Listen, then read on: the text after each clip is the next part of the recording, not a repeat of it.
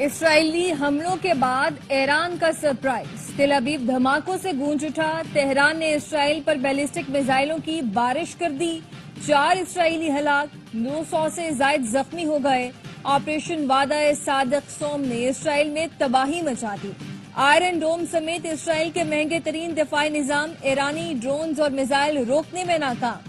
ایرانی missile Iron Dome کو چیرتے ہوئے تل ابیب تک پہنچے۔ ایرانی میزائلوں سے تل ابیب، رمت گن اور ریشون لیزیون میں بلند عمارتیں تباہ۔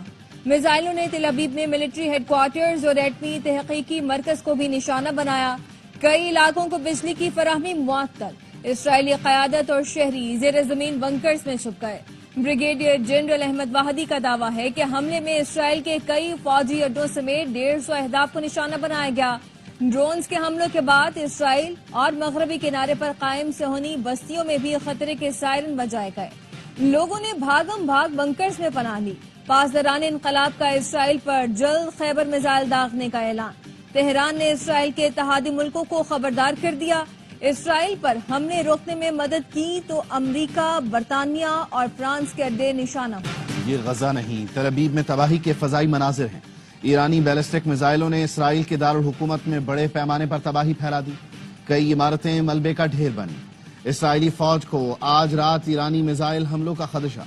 اسرائیلی آرمی ریڈیو سے اعلان کیا گیا، آج رات بھی ایران کی جانب سے جوابی حملے متوقع ہیں۔ اسرائیلی فوج نے ہائی الرٹ جاری کر دیا، شہریوں کو محفوظ مقامات پر رہنے کی ہدایت۔ تل ابیب سمیت ملک بھر میں ہسپتالوں سے مریضوں کی بنکروں میں منتقلی۔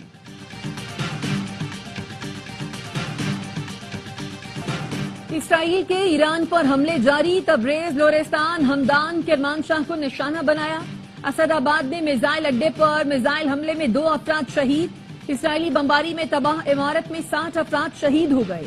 ایران نے مزید 2 جنرلز کی شہادت کی تصدیق کر دی۔ جنرل غلام رضا مہرابی انٹیلیجنس اور جنرل مہدی ربانی ایرانی فوج کے آپریشنز کے ڈپٹی سربراہ تھے۔ تبریز پر اسرائیل کے داغے گئے میزائل ناکارہ بنا دیے۔ ایران کا 3 اسرائیلی طیارے گرانے اور خاتون پائلٹ کو گرفتار کرنے کا دعویٰ۔ ایران نے اسرائیل کے لیے جاسوسی کے الزام میں 5 افراد کو یزد سے گرفتار کر لیا۔ اسرائیلی ڈرونز ایران سمگل کرنے والی گاڑی بھی قبضے میں لے لی۔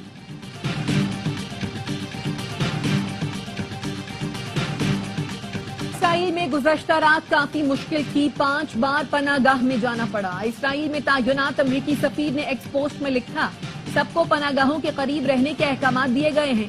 اقوام متحدہ کے سیکریٹری جنرل انٹونیو گوتریس نے کہا، ایران اسرائیل کشیدگی بہت بڑھ چکی ہے، اب اس کو روکنے کا وقت آ گیا ہے۔ امن اور سفارتکاری کا بول بالا ہونا چاہیے۔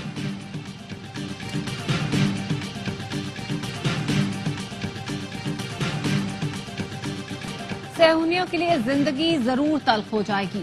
اسرائیل پر ایران کے جوابی حملے کے بعد سپریم لیڈر آیت اللہ خامنائی کی ایکس پر پوسٹ، کہتے ہیں ایرانی عوام ہمارے ساتھ ہیں، وہ مسلح افواج کی حمایت کرتے ہیں۔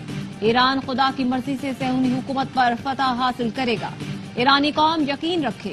اسرائیل کی مزید حملوں کی دھمکی، نیتن یاہو نے کہا جب تک ضروری سمجھیں گے حملے کریں گے، ایران کے میزائل تیاری کی صلاحیت تباہ کر دیں گے۔ اسرائیلی وزیر دفاع نے دھمکی دی، اسرائیل پر میزائل داغے جاتے رہے تو تہران جلا دیں گے۔ امریکی وزیر دفاع نے کہا امریکی مفادات کے تحفظ کے لیے تیار ہیں، ٹرمپ مذاکرات کو ترجیح دیتے ہیں، ایران کے پاس اب بھی موقع ہے۔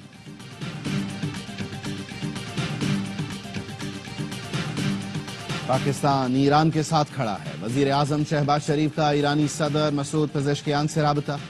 ایران پر اسرائیلی حملوں کی شدید مذمت، جانی نقصان پر اظہار افسوس۔ شہباز شریف نے کہا پاکستان اسرائیل کی بلا اشتعال جارحیت پر ایران کے ساتھ کھڑا ہے۔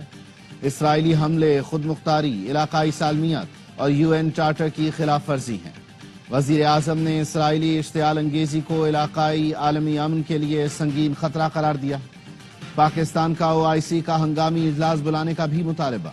نائب وزیر اعظم اسحاق ڈار کہتے ہیں اسرائیلی جارحیت کے بعد اب خاموشی کی کوئی گنجائش نہیں، حملہ ایرانی خود مختاری کی کھلی خلاف ورزی ہے۔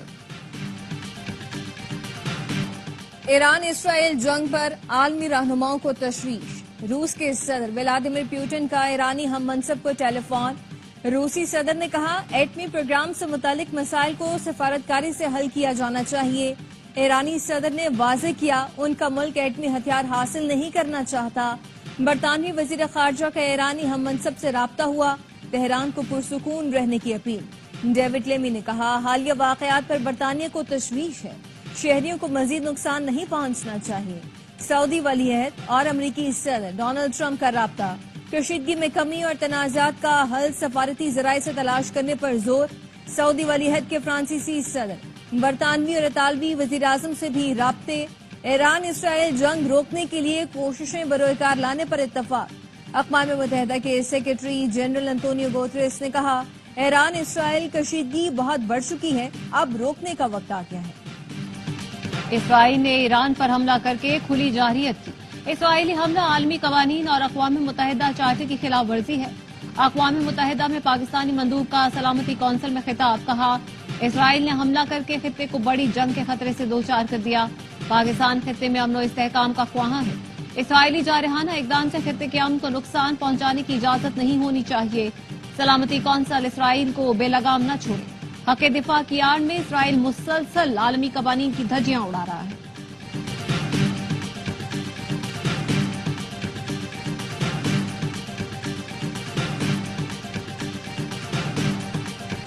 مسلم دنیا متحد نہ ہوئی تو سب کی باری آئے گی۔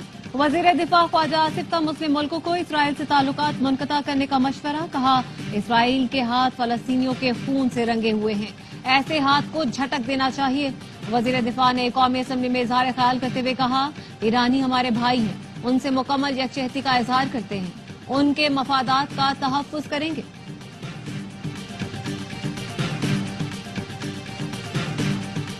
بھارت سے جنگ بندی تو ہو گئی لیکن امن حاصل نہیں ہوا، مذاکرات نہیں ہوں گے تو کشیدگی میں دن بدن اضافہ ہوگا۔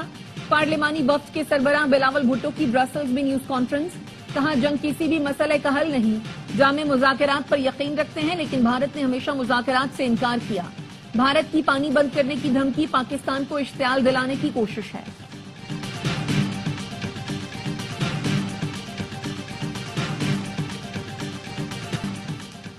بھارت FATF میں بھی ناکام ہو گیا، پاکستان عالمی اعتماد کے ساتھ کامیاب رہا۔ بھارتی وفد کی اسرائیل کی مدد سے پاکستان کو پھر گرے لسٹ میں شامل کرنے کی سازش۔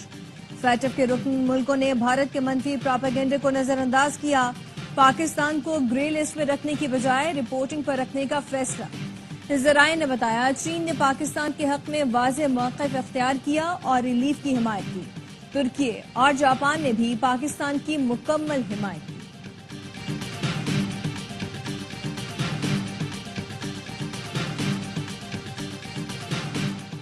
الیکٹرک وہیکلز کی حوصلہ افزائی کے لیے پالیسی سازی سے متعلق جائزہ اجلاس، وزیر اعظم شہباز شریف کہتے ہیں الیکٹرک موٹر سائیکلز، 3 ویلرز، گاڑیوں کے فروغ کے لیے ترجیحی اقدامات کیے جائیں، چارجنگ سٹیشنز کے قیام کو یقینی بنایا جائے۔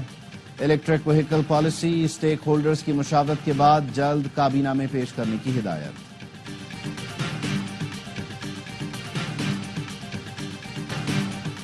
JUI کے بغیر حکومت بنتی نہیں یا چلتی نہیں، ہمیں اپنی عوام کی جنگ لڑنی ہے۔ JUIF عوام کے ساتھ ہے۔ مولانا فضل الرحمان کی سینیٹر فیصل واڈا سے ملاقات کے بعد گفتگو، فیصل واڈا نے کہا سیاست میں طالب علم ہوں، مولانا فضل الرحمان میرے استاد ہیں۔ KP سے کچھ لوگ ٹیکس کے پیسوں سے گولی مارنے آ رہے ہیں، مولانا بتائیں گے کہ ہم نے جواب کیسے دینا ہے، ہم نے آگے کیسے چلنا ہے، مولانا فضل الرحمان سے رہنمائی لیں گے۔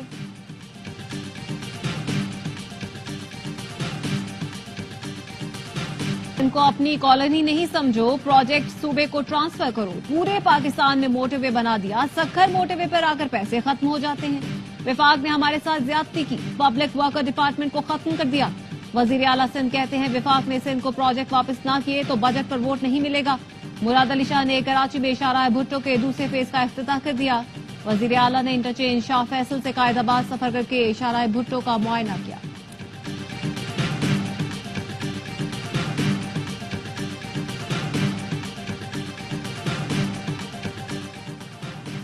کراچی حیدرآباد سکھر موٹر وے 2 سال میں مکمل کرنا چاہتے ہیں۔ ناردرن بائی پاس کو بھی 8 لین کی موٹر وے میں تبدیل کیا جائے گا۔ وزیر مواصلات علیم خان کہتے ہیں کراچی کی عوام کو لیاری ایکسپریس وے دوبارہ خوبصورت بنا کر تحفہ دیں گے۔ نون لیگ کی پالیسیوں نے ملک کو بحران میں ڈالا. کیپیسٹی پیمنٹس کے غلط معاہدے کیے گئے. ہمارے دور میں بجلی سستی تھی. اپوزیشن لیڈر عمر ایوب کہتے ہیں میری بجٹ تقریر کو نشر نہیں کیا گیا. حکومت کو ڈر تھا کہ آئینہ دکھاؤں گا. شبلی فراز نے کہا پاور سیکٹر ملکی معیشت کا بنیادی ستون ہے. معیشت کا پہیہ بجلی سے چلتا ہے. نون لیگ اور پیپلز پارٹی نے پاور سیکٹر کو بہت نقصان پہنچایا. زراعت اور انڈسٹری دونوں تنزلی کا شکار ہیں. خطے میں جنگ کی صورتحال میں پیٹرول مزید مہنگا ہوگا.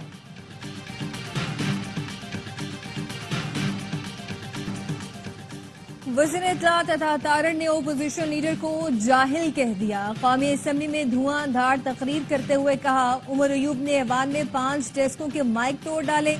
یہ کام کسی بیک بینچر کو کرنے دیتے. بجٹ کی کتاب پڑھنے کی زحمت کر لیتے تو سیاسی تقریریں نہ ہوتی. بانی پی ٹی آئی نے اوورسیز کو ترسیلات عزت بھجوانے سے روکنے کی کوشش کی. اوورسیز پاکستانیوں نے ریکارڈ ترسیلات عزت بھجوائے. کے پی کے بجٹ میں عوام کو کوئی ریلیف نہیں دیا گیا. صحت اور تعلیم کے شعبے کا برا حال ہے. 55 لاکھ بچے اسکولوں سے باہر ہیں. پشاور میں سیف سٹی منصوبہ آج تک مکمل نہیں ہو سکا.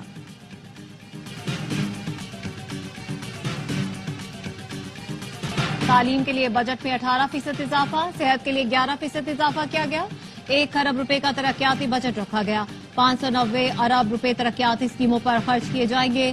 وزیر اعلیٰ سندھ مراد علی شاہ کی پوسٹ بجٹ کانفرنس. کہا وفاق نے بجٹ سے صرف 1 دن پہلے ہمیں بتایا 105 ارب روپے کم کر دیں گے. 95 ارب روپے کی پبلک پرائیویٹ پارٹنرشپ اسکیمیں کراچی میں جاری ہیں. عوام کو ریلیف فراہم کرنے کے لیے ہر ممکن اقدامات کیے.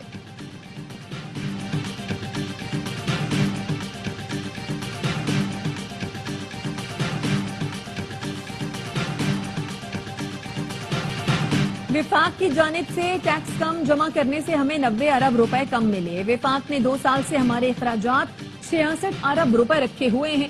اس سال ہمارے اخراجات 120 ارب روپے ہیں. ہم نے 120 ارب مانگے, وفاق نے 80 ارب دیے. مشیر خزانہ خیبر پختونخوا مزمل اسلم کی پوسٹ بجٹ کانفرنس. کہا حکومت نے ترقیاتی بجٹ 153 ارب روپے تک بڑھا دیا. قرض صرف میگا پروجیکٹ کے لیے ہی لیا جائے گا.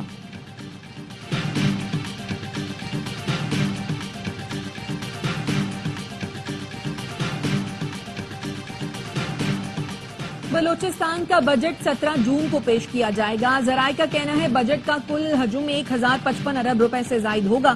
ترجمان بلوچستان حکومت شاہد رند کہتے ہیں بجٹ کی تیاری میں اپوزیشن سے مشاورت جاری ہے. وزیر اعلیٰ بلوچستان نے ترقیاتی بجٹ مکمل استعمال کرنے کا وعدہ کیا. رواں بجٹ میں مختص 200 ارب میں سے 90% فنڈز استعمال کیے گئے.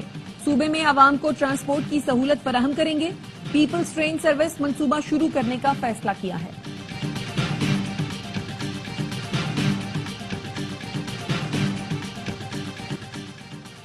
کس کے کہنے پر فائنانس بل میں کاروباری افراد کی گرفتاری کے احکامات ڈالے گئے. پاکستان بزنس فورم نے وزیر اعظم شہباز شریف کو خط لکھ دیا.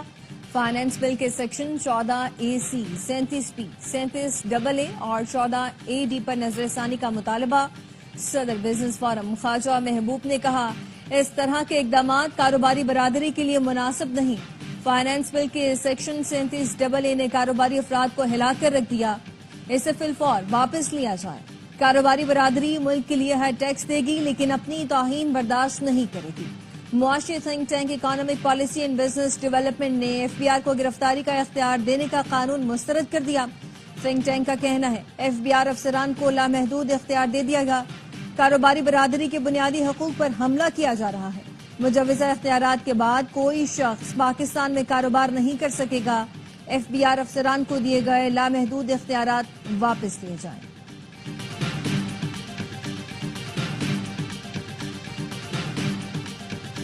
افغان ٹرانزٹ ٹریڈ کا دوسرا جہاز گوادر پورٹ پر پہنچ گیا. جہاز 20,000 ٹن DAP کھاد لے کر گوادر گندرگاہ پر لنگر انداز ہوا. وزیر بحری امور کا کہنا ہے جہاز کی آمد سے عالمی اعتماد میں اضافہ ہوا. گوادر پورٹ اب خطے کے لیے ایک اہم تجارتی گیٹ وے بنتا جا رہا ہے. گوادر کے ذریعے افغانستان کی بین الاقوامی منڈیوں تک رسائی مزید بہتر ہوگی. جنوبی افریقہ ٹیسٹ کرکٹ کا نیا چیمپئن بن گیا. لارڈز کے تاریخی میدان پر پروٹیئرز نے تاریخ بنا دی. دفاعی چیمپئن آسٹریلیا کو 5 وکٹوں سے ہرا دیا. ایڈن مرکرم میچ کے ہیرو قرار.